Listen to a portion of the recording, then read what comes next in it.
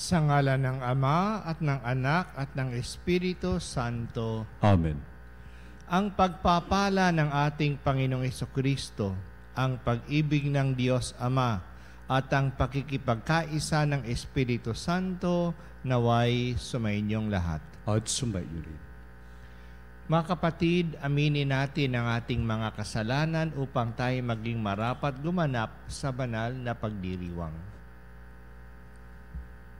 Inaamin ko sa makapangyarihang Diyos at sa inyo mga kapatid na lubha ako nagkasala sa isip, sa salita at sa gawa at sa aking pagkukulang. Kaya isinasamo ko sa mahal na Birheng Maria, sa lahat ng mga anghel at mga banal, at sa inyo mga kapatid na ako'y panalangin sa Panginoong ating Diyos. Kaawaan tayo na makapangyarihang Diyos, patawarin tayo sa ating mga kasalanan, at patnubayan tayo sa buhay na walang hanggan. Amen. Panginoon, kaawaan mo kami. Panginoon, kaawaan mo kami. Kristo, kaawaan mo kami. Kristo, kaawaan mo kami. Panginoon, kaawaan mo kami. Panginoon, kaawaan mo kami.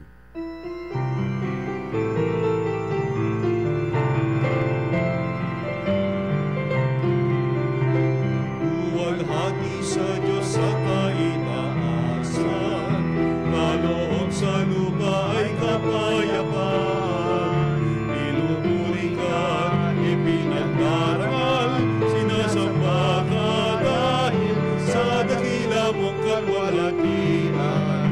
Panginoon aming Diyos na rin ang langit, ang makapangyarihan. Panginoon Jesucristo, bugtong anak ng Diyos, Kordero ng Ama, ikaw na nag-aalis ng mga kasalanan ng sanlibutan. Tanggapin mo ang aming kahilingan, ikaw na naluluklok sa ngalan ng Ama. Maawa ka sa amin, ikaw lamang ang mahal, Panginoong Jesucristo, kasama ng Espiritu, sa walhati ng Ama. Amen. Amen. Amen.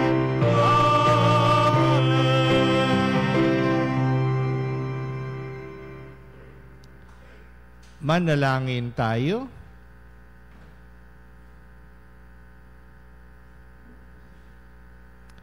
Ama naming makapangyarihan, ang paglingkuran ka ayon sa iyong kasiyahan ay kaloob na iyong ibinibigay sa iyong mga hinirang.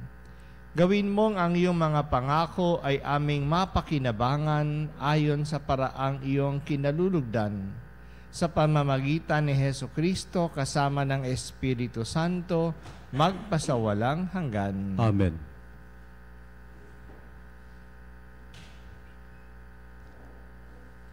Pagbasa mula sa aklat ng Deuteronomio. Sinabi ni Moises sa mga tao, matakot kayo sa Panginoon, ang inyong Diyos, at sundin ang lahat ng kanyang mga utos at mga tuntunin habang kayo'y nabubuhay. Kung ito'y susundin ninyo, hahaba ang inyong buhay. Kaya nga, dinggin ninyo ito at sunding mabuti. Kung magkagayoy mapapanuto kayo at lalaki ang inyong lahi pagdating ninyo sa lupaing ipinangako niya sa inyo. Sa lupaing sagana sa lahat ng bagay. Dinggin mo, O Israel, ang Panginoong ating Diyos ay siya lamang Panginoon. Ibigin mo ang Panginoon mong Diyos ng buong puso, kaluluwa at lakas. Ang mga utos niya'y itanim mo sa iyong isip. Ang salita ng Diyos. Salamat sa Diyos. Poong aking kalakasan, iniibig kitang tunay. Poong aking kalakasan, iniibig kitang tunay. O Panginoon kong aking kalakasan, minamahal kita ng tunay na tunay. Panginooy batong hindi matitibag, matibay kong muog at tagapagligtas. Poong aking kalakasan, iniibig kitang tunay. Diyos ko, ang sa akin ay siyang nag-iingat, tagapagtanggol ko at aking kalasag. Sa iyo, Panginoon, ako'y tumatawag, sa mga kaaway ako'y iyong iligtas. Poong aking kalakasan, iniibig kitang tunay. Panginooy buhay, siyang tagapagligtas. Matibay kong muog, purihin ang lahat. Sa piniling hari, dakilang tagumpay, ang kaloob ng Diyos sa kanyang hinirang. Poong aking kalakasan, iniibig kitang tunay.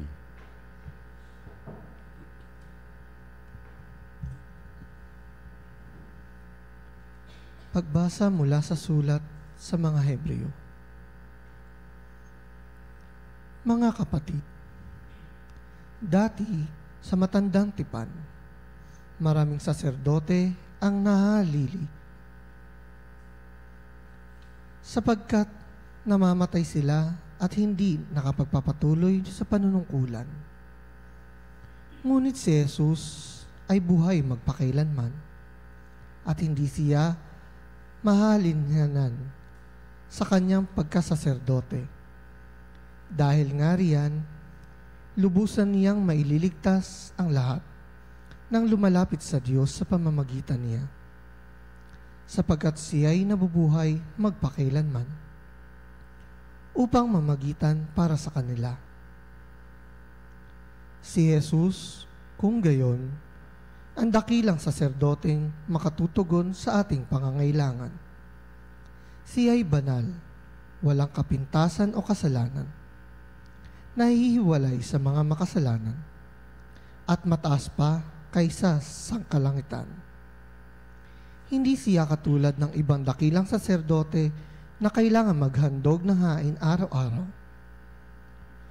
Unay para sa sarili nilang kasalanan at pagkatapos para sa kasalanan ng mga tao.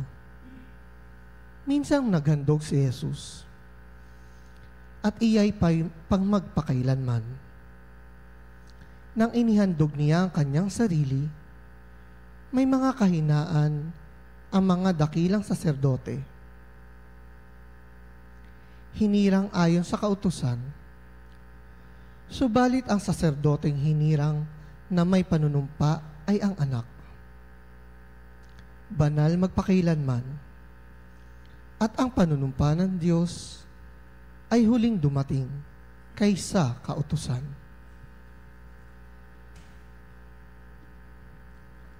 Ang salita ng Diyos. Salamat sa Diyos.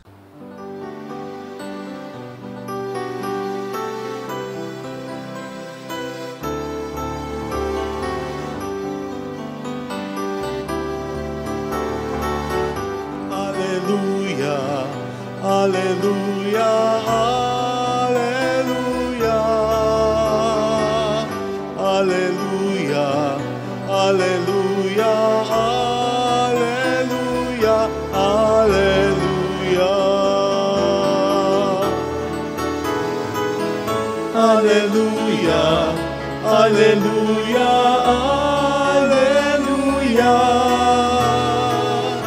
alleluia, alleluia, alleluia, alleluia.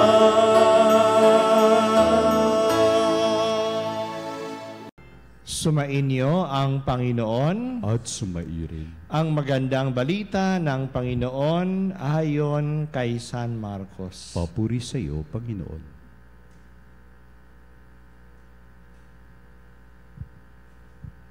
Noong panahong iyon, lumapit ang isa sa mga eskriba kay Jesus at tinanong siya, "Alin pong utos ang pinakamahalaga?"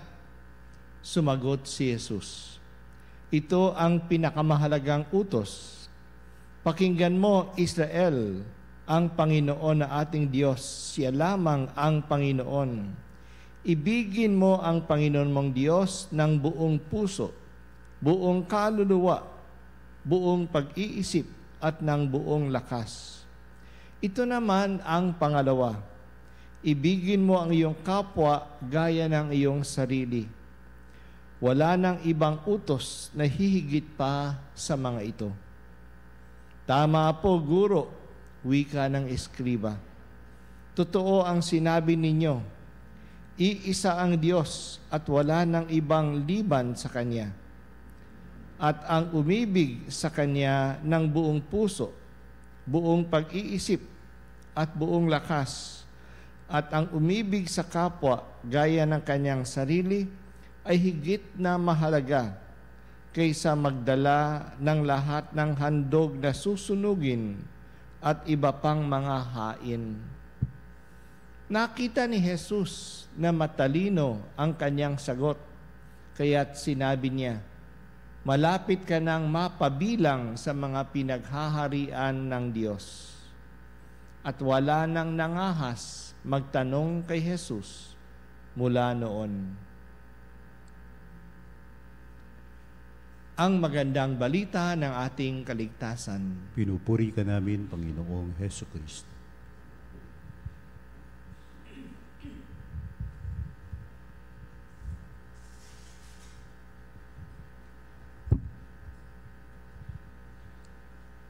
Ang lumapit po kay Jesus ay isang eskriba.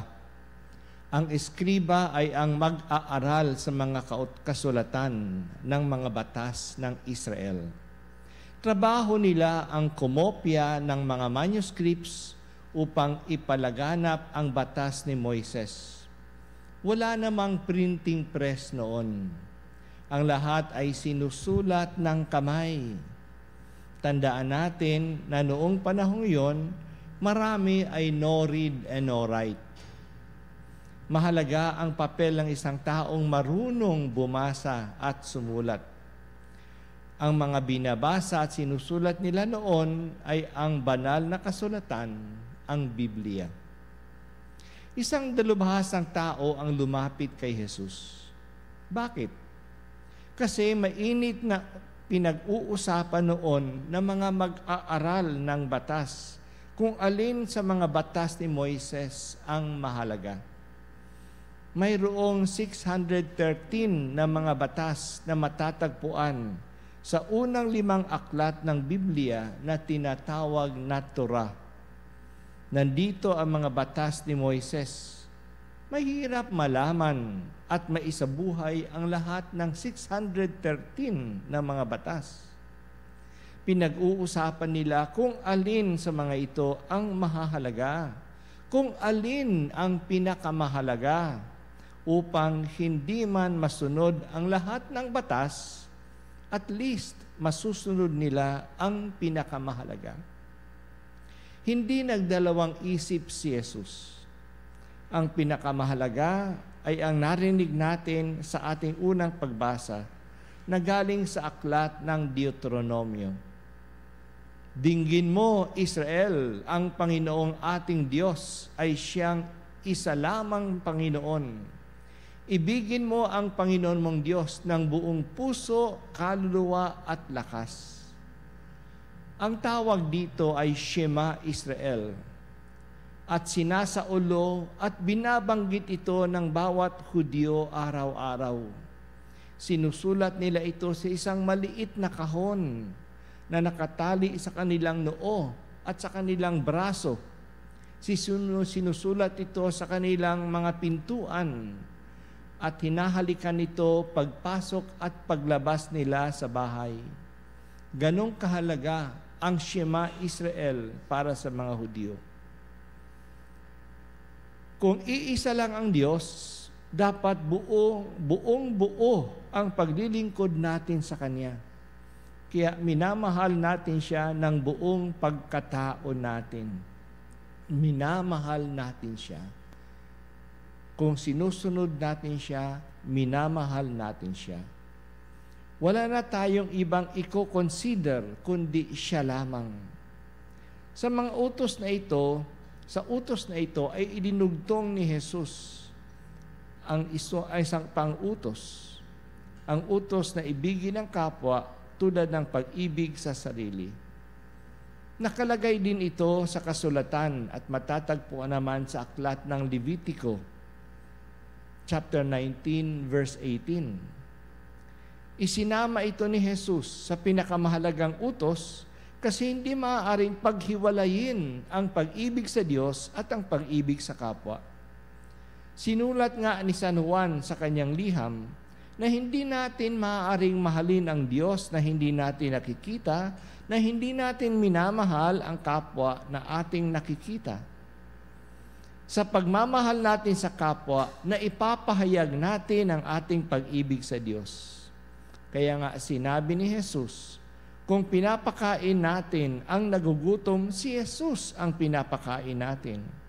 Kung dinadalaw natin at inaalagaan natin ang mga may sakit at ang mga bilanggo, siya ang ginagawa natin ng mabuti.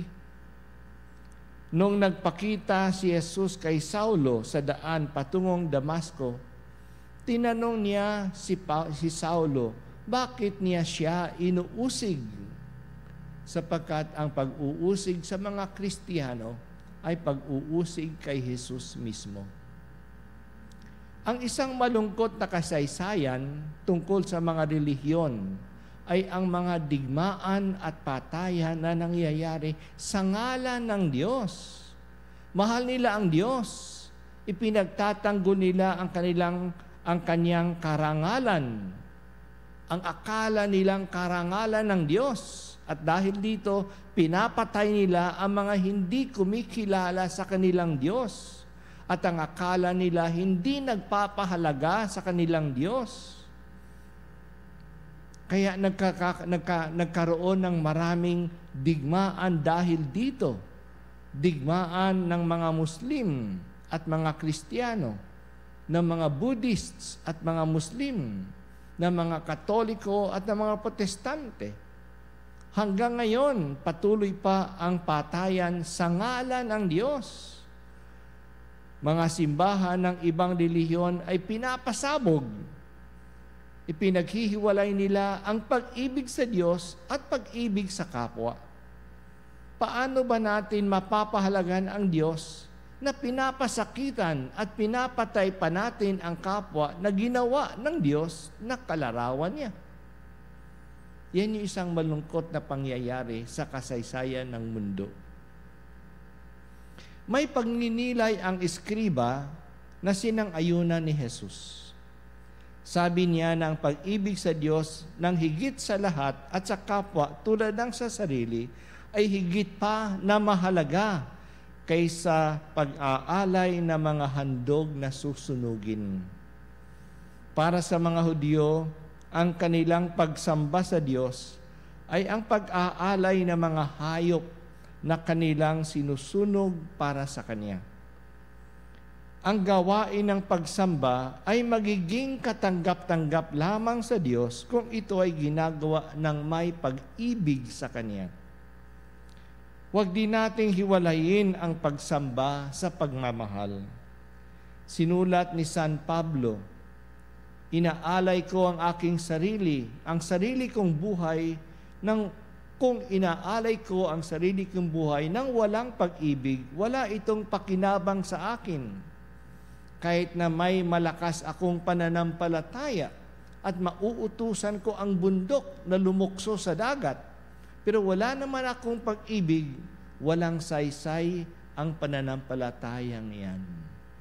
Hindi natin maihihiwalay ang pag-ibig sa ating relasyon sa Diyos, sa ating pananampalataya, sa ating pag-aalay, sa ating pagsasamba. Tandaan natin na sumasamba tayo sa Diyos dahil sa mahal natin siya. Pero maaaring mangyari na ang gawain ng pagsamba ay ginagawa natin ng walang pag-ibig. Naging mechanical na lang. Maaaring namang nagsisimba tayo ng walang pag-ibig sa Diyos. Basta na lang natin ito ginagawa, nakaugalian na lang. Maaari rin na nagproposisyon tayo, nagnonobena tayo, nagde-decorate tayo ng altar nang walang pag-ibig sa Diyos. Maaari ngang nagko-contribute tayo sa pagtatayo ng simbahan, ng katedral, pero walang pag-ibig sa Diyos at sa kapwa. Ang mga gawaing pansamba at ang mga gawaing ginagawa natin sa simbahan ay may halaga sa mata ng Diyos kung ito ay galing sa ating pagmamahal sa Kanya. At habang gumagawa tayo ng gawaing pansamba, pansinin din natin ang ating kapwa at tulungan sa kanilang pangangailangan. Kasi ang pagmamahal sa kapwa natin, dito napaparangalan natin ang Diyos na nag-alay ng Kanyang sarili para sa ating lahat. Sa banal na misa, ipinagdiriwang natin ang pag-aalay ni Jesus. Ito ang pinakamataas na pagsamba sa Diyos. Ang pag-aalay ni Jesus ay bunga ng Kanyang pagmamahal sa Ama at pagmamahal sa atin. Naging masunurin si Jesus sa Ama hanggang sa kamatayan sa krus. Mahal niya ang Ama kaya sumunod siya sa kalooban ng Ama. Inalay ang Kanyang sarili. Mahal din tayo ni Jesus kaya inalay niya ang Kanyang sarili para din sa atin. Ang pag-aalay ni Jesus sa atin na ating pinagdiriwang sa banal na misa ay ang pagbibigay niya ng Kanyang pag-ibig. Pag-ibig sa Diyos at pag-ibig sa tao. Tinutupad ni Jesus ang dalawang pinakamahalagang utos sa bawat misa na ipinagdiriwang natin. Dahil sa pagdiriwang ng banal na misa, hingin natin sa Diyos na matupad din natin ang dalawang utos na ito. Mahalin ang Diyos ng higit sa lahat at ang ating kapwa tulad ng pagmamahal natin sa ating sarili.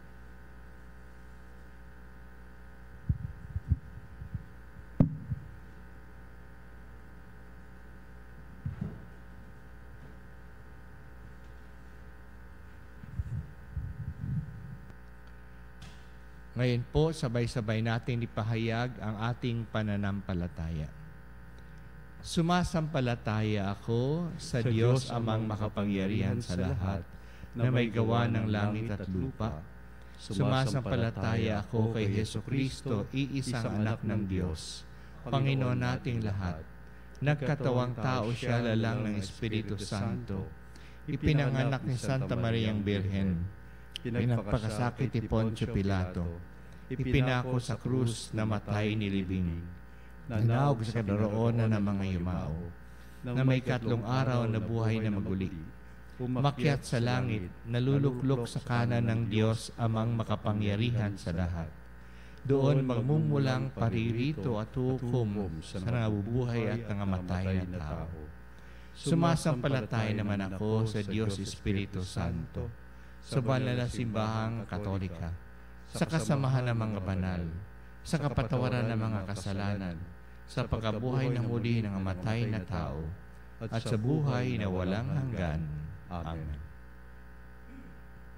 Hangad nating matupad ang lahat ng ninanais ng Diyos, tigib ng tiwala sa Kanyang pagmamahal sa atin, ating sambitin. Panginoon, dinggin mo ang aming panalangin. Panginoon, dinggin mo ang aming panalangin. Para sa mga namumuno sa simbahan, ang bayang hinirang ng Diyos upang maipamalas nila sa lahat ang dakilang halimbawa ng pag-ibig. Manalangin tayo sa Panginoon. Panginoon, dinggin mo ang aming panalangin. Para sa lahat ng mga pari, mga namamanata sa Diyos, mapuspos nawa sila ng dalisay na pagmamahal sa Diyos at sa kanilang kapwa. Manalangin tayo sa Panginoon. Panginoon, dinggin mo ang aming panalangin. Para sa mga namumuno sa ating bansa, upang magsikap silang magpalaganap, hindi ang galit, puot at paghihiganti, kundi ang tunay na pag-ibig sa kapwa, lalo na sa mga dukha at nangangailangan. Manalangin tayo sa Panginoon. Panginoon, dinggin mo ang aming panalangin. para sa mga taong malalim ang sugat ng damdamin at hirap magpatawad sa mga nakasakit sa kanila, upang matutunan nilang ang wagas na pagmamahal lamang ang makapagdudulot sa kanila ng paghihilom at kapayapaan. Manalangin tayo sa Panginoon. Panginoon, dinggin mo ang aming panalangin. Para sa ating lahat na nagkakatipon sa lingguhang Eukaristiya, upang lumago tayo araw-araw sa pag-ibig ng Diyos at sa ating kapwa at matamo ang kaganapang kanilang hinahanap. Manalangin tayo sa Panginoon. Panginoon, dinggin mo ang aming panalangin.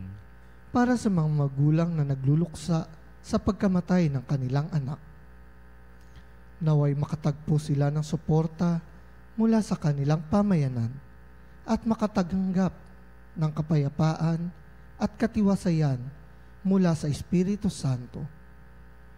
Manalangin tayo sa Panginoon. Panginoon, dinggin mo ang aming panalangin. Ipagdasal natin ang ating mga pansariling kahilingan.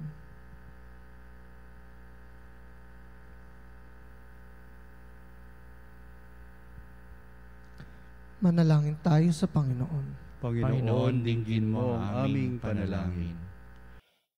Ama naming mapagmahal, isugo mo sa amin ang iyong banal na Espiritu upang mapuspos kami ng tunay na pag-ibig sa iyo at sa aming kapwa.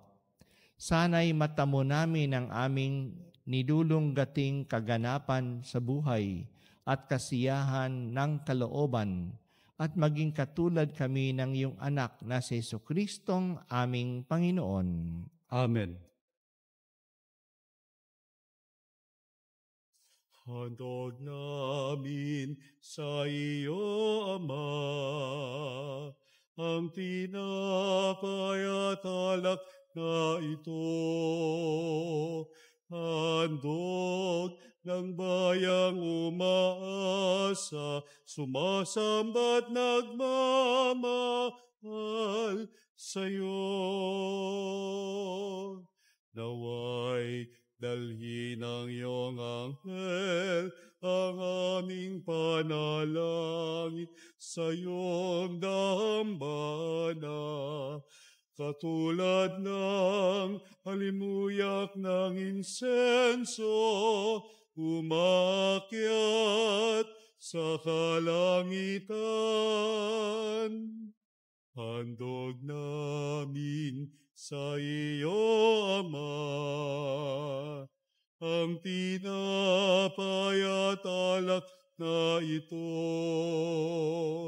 Handog ng bayang umaasa, sumasamba't nagmamahal sa iyo.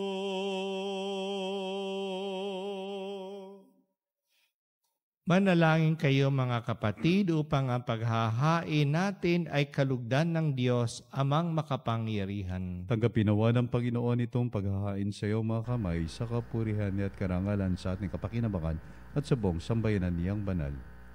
Ama naming lumikha, ang paghahain naming ito ay maging dalisay nawa at maging banal na pakikinabang namin sa iyong mang-awang dakila sa pamamagitan ni Jesucristo kasama ng Espiritu Santo, magpasawalang hanggan. Amen. Sumainyo ang Panginoon. At sumairin. Itaas sa Diyos ang inyong puso't diwa. Itinaas na namin sa Panginoon. Pasalamatan natin ang Panginoong ating Diyos. Marapat na siya ay pasalamatan.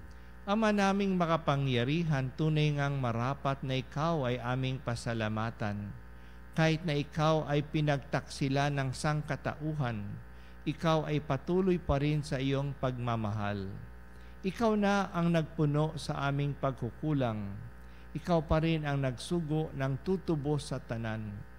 Ang sugo mong anak ay naging di na iba sa amin, bagamat di niya tinularan ang aming pagkamasuwayin. Niloob mo ito upang iyong mamalas sa aming pagkatao ang giliw mong anak, at kami tunghayan mong may pag-ibig na tulad ng pagtatangi mo sa Kanya ng higit sa lahat. Ang katapatan niya sa iyong walang maliw ay nagpanumbalik na muli sa amin ng iyong kasiyahat, ng iyong pagtingin na aming iwinaksi nung ikaw ay aming suwayin. Kaya kaysa ng mga anghel na nagsisiawit ng papuri sa iyo, nang walang humpay sa kalangitan, kami nagbubunyi sa iyong kadakilaan.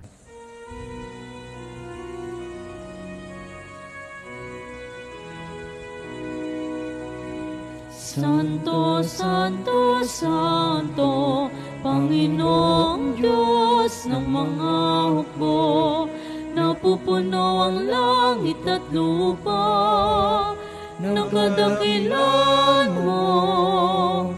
Hosana, Hosana sa kaitaasan,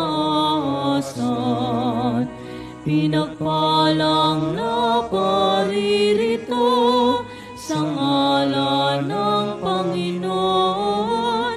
Hosana, Hosana sa kaitaasan.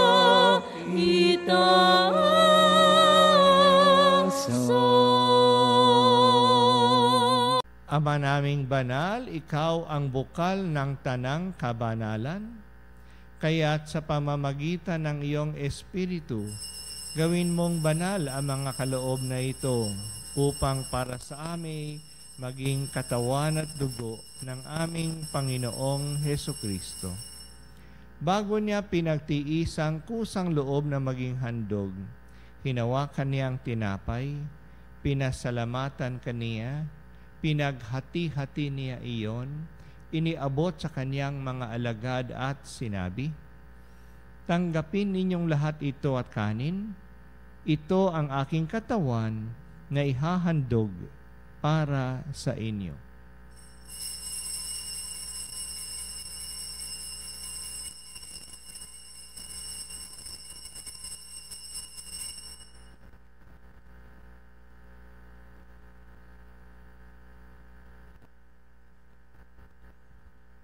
Gayun din naman, nung matapos ang hapunan, hinawakan niya ang kalis, hulikan niyang pinasalamatan, iniabot niya ang kalis sa kanyang mga alagad at sinabi, "Tanggapin ninyong lahat ito at inumin. Ito ang kalis ng aking dugo, ng bago at walang hanggang tipan. Ang aking dugo na ibubuhos para sa inyo at para sa lahat sa ikapagpapatawad ng mga kasalanan. Gawin ninyo ito sa pag-alala sa akin."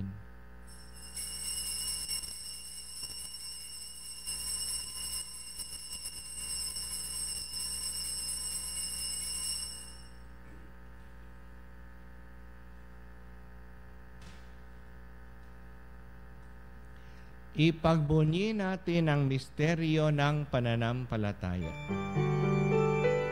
Si Kristo'y namatay, si Kristo'y nabuhay, si Kristo'y babalik sa wakas ng panahon. Ama, ginagawa namin ngayon ang pag-alala sa pagkamatay at muling pagkabuhay ng iyong anak. Kaya't iniaalay namin sa iyo ang tinapay na nagbibigay buhay at ang kalis na nagkakaloob ng kaligtasan. Kami nagpapasalamat dahil kami iyong minarapat na tumayo sa harap mo para maglingkod sa iyo. Isinasamo namin kaming magsasalo-salo sa katawan at dugo ni Kristo ay mabuklod sa pagkakaisa sa pamamagitan ng Espiritu Santo. Ama, lingapin mo ang iyong simbahang laganap sa buong daigdig. Puspusin mo kami sa pag-ibig ng Papa, ni Onesto na aming tagapangasiwa at ng tanang kaparian. Alalahanin mo rin ang mga kapatid naming nahimlay ng may pag-asang sila'y muling mabubuhay. Gayon din ang lahat ng mga pumanaw. Kaawaan mo sila at patuloyin sa iyong kaliwanagan. Kaawaan mo at paghindapating lahat na makasalo sa iyong buhay na walang wakas. Kaisa ng mahal na Birheng Maria na ina ng Diyos. Kaisa ni San Jose na kanyang kabiyak ng puso. Kaisa ng mga apostol at ng lahat ng mga banal na namuhay dito sa daigdig ng kalugod-lugod sa iyo. maipagdiwang nawa namin ang pagpupuri sa ikararangal mo sa pamamagitan ng iyong anak na aming Panginoong Heso Kristo. Sa pamamagitan ni Kristo, kasama niya at sa Kanya, ang lahat ng parangal at papuri ay sa iyo, Diyos amang makapangyarihan, kasama ng Espiritu Santo, magpasawalang hanggan. Amen, amen, amen.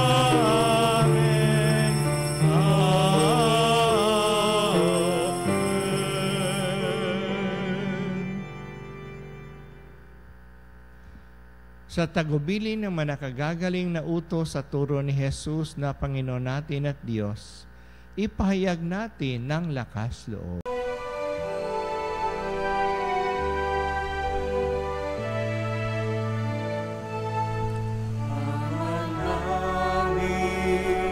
Sumasalangit ka, sambahin ang ngalan mo, mapasa amin ang kaharian mo, sundin ang loob mo. Dito sa lupa, parang sa langit, bigyan mo po kami ngayon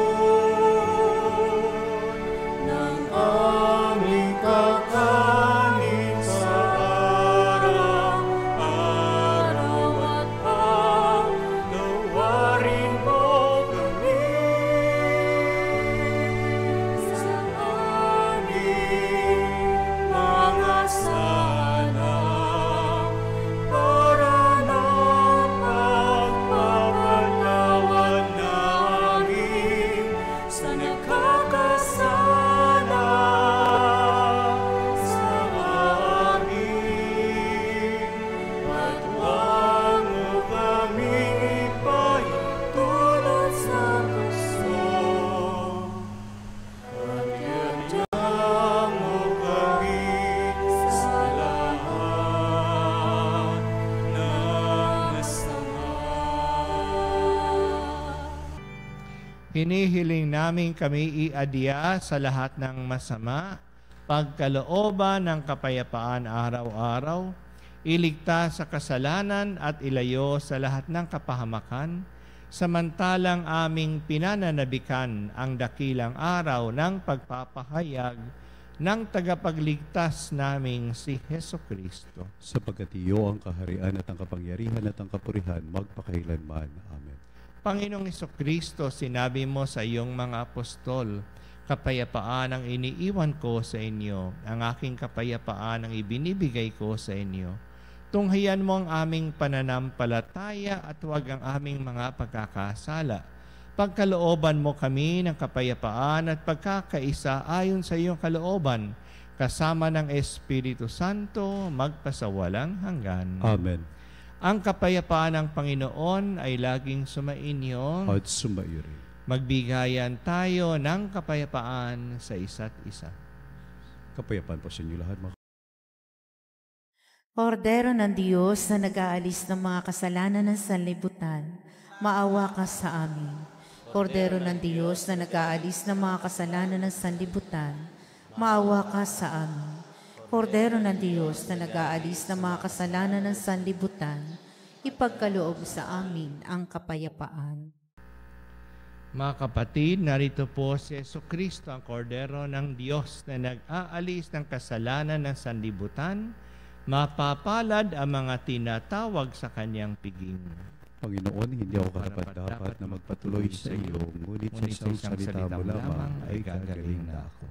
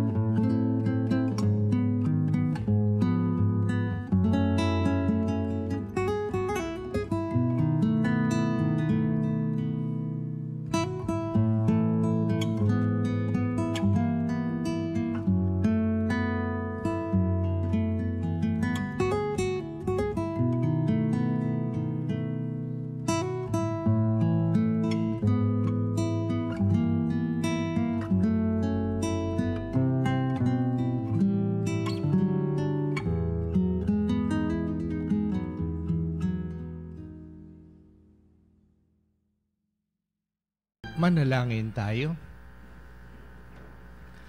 Ama naming mapagmahal, magkarunawa ng karagdagang bunga ang iyong ginagampanan sa aming banal na pakikinabang upang sa aming pagsasalo maging handa kaming tumanggap ng pangako mo sa pamamagitan ni Hesukristo kasama ng Espiritu Santo magpasawalang hanggan. Amen. Panalangin para sa mga kaluluwa ng mga yumao. Panginoon naming Diyos, aming Ama, Ikaw po ang dahilan ng aming pag-iral at ng iyong galing at sa iyo galing ang aming hiram na buhay.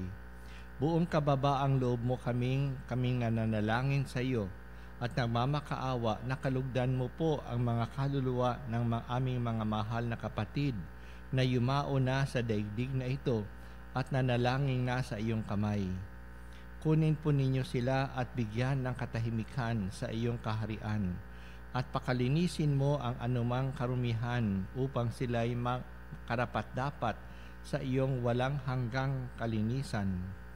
Nasa iyong kamay, Panginoon, ang aming kaligtasan. Ilayo mo po kami sa apoy ng impyerno at bigyan ng puwang sa iyong kaharian. Magkaroon nawa ng katahimikan ang aming mga kaluluwa, gayon din ang kanilang espiritu at makapiling nawa sila sa iyong kaluwalhatian, kadakilaan at pag-ibig na wagas. Inihiling po namin ito sa pamamagitan mo kaisa ng mahal na ina at ni San Jose na patron ng mapayapang kamatayan. Eternal rest grant to them, O Lord. And let perpetual light shine upon them. May they rest in peace. Amen.